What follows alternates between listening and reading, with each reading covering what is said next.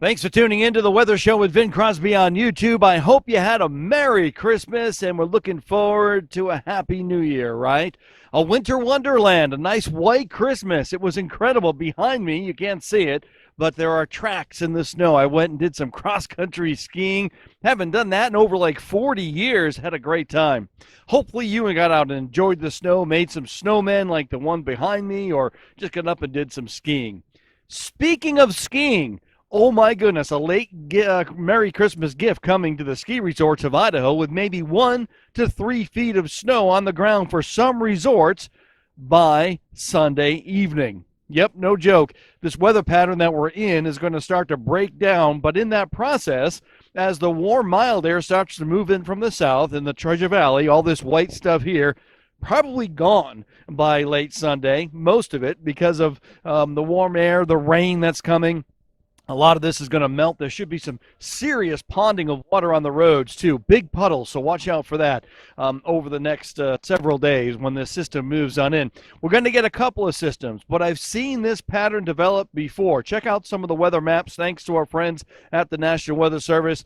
You can see a system for Thursday coming on in from the west. That's going to start the process and bring, at first, maybe a little mix of snow, but mostly rain to the Treasure Valley. But a lot of snow is going to develop in one concentrated area. And I think that area is going to be north of Tamarack, up around the Brundage area, where I've seen this pattern over the years develop, and they just get pounded with snow as the warm air starts to work its way into the cold air. The jet stream winds coming in. So the Arctic air is back to the northeast, and then down to the south, the mild air is pushing in, and a boundary is going to set up right up along much of the northwest. And there's going to be lots of snow for the higher elevations, but I think including Bogus, including Anthony Lakes, including Pomerel and Soldier Mountain and Sun Valley.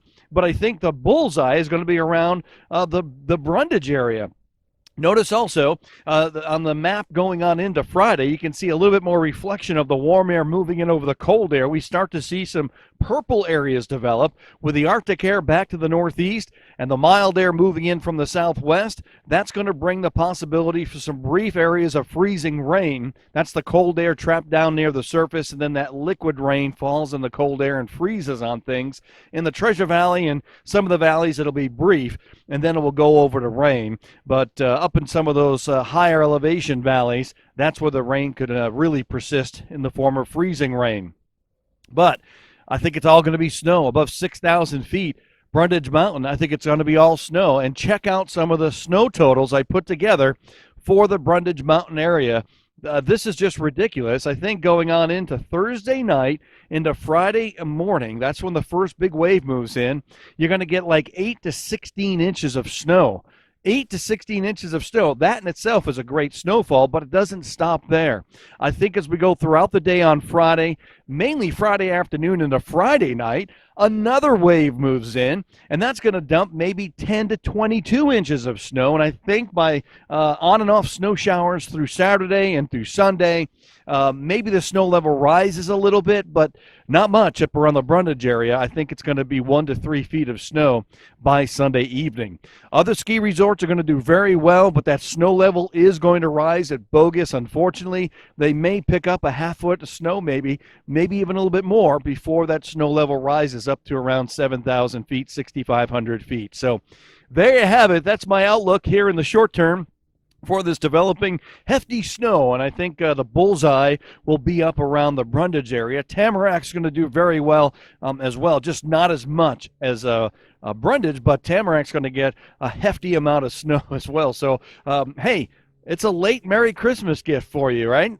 Winter break's not done yet, and we're going to get into some good snows as we go on in through this week.